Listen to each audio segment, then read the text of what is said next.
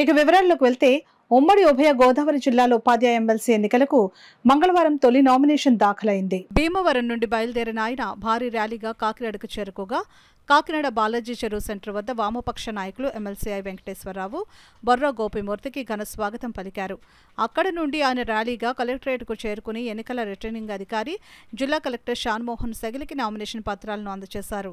ఈ సందర్భంగా పట్టుభద్రుల MLC I వెంకటేశ్వరరావుతో కలిసి ఉపాధ్యాయుల ఎమ్మెల్సీ అభ్యర్థి బొర్రా గోపిమూర్తి మీడియాతో మాట్లాడారు.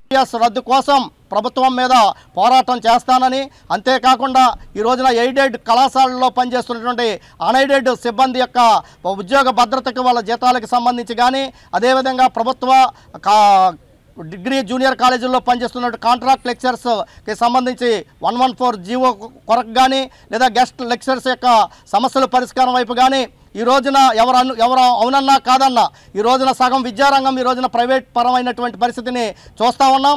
మేనేజ్మెంట్లు వాళ్ళ సమస్యలు వాళ్ళ అధికారంతో పార్టీలు ప్రభుత్వాలతో వాళ్ళ సమస్యలు పరిష్కరించుకుంటున్నారు తప్ప ఇటు ప్రైవేట్ పాఠశాల కళాశాల అదే ప్రైవేట్ ఇంజనీరింగ్ కాలేజీల్లో పనిచేస్తున్నటువంటి వర్కింగ్ ఏదైతే లెక్చరర్స్గా ఉపాధ్యాయులుగా ఉన్నారో వాళ్ళ సమస్యల కోసం అటు యాజమాన్యాలు కానీ ఇటు పాలకులు కానీ పట్టించుకోలేనటువంటి పరిస్థితి ఉంది.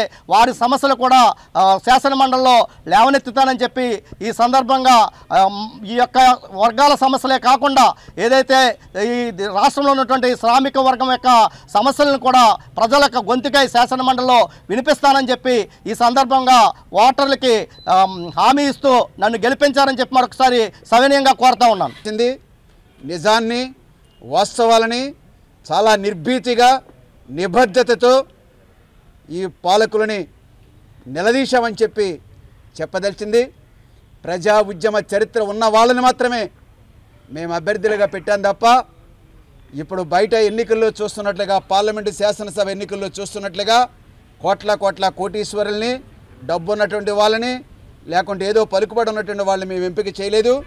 అతి సామాన్యమైనటువంటి ఒక ప్రజాసంఘ చరిత్ర కలిగినటువంటి వాళ్ళని మాత్రమే అభ్యర్థులుగా పెట్టి గెలిపించుకోవడం జరిగింది. ఈ జిల్లాల నుండి ఓటర్లుగా ఉన్నటువంటి వాళ్ళందరికీ కూడా విజ్ఞప్తి చేసేది బొర్రా గోపిమూర్తిని మొదటి ప్రాధాన్యత ఓటుతోటి శాసనమండలికి పంపించాలని చెప్పి విజ్ఞప్తి చేస్తూ ఉన్నా.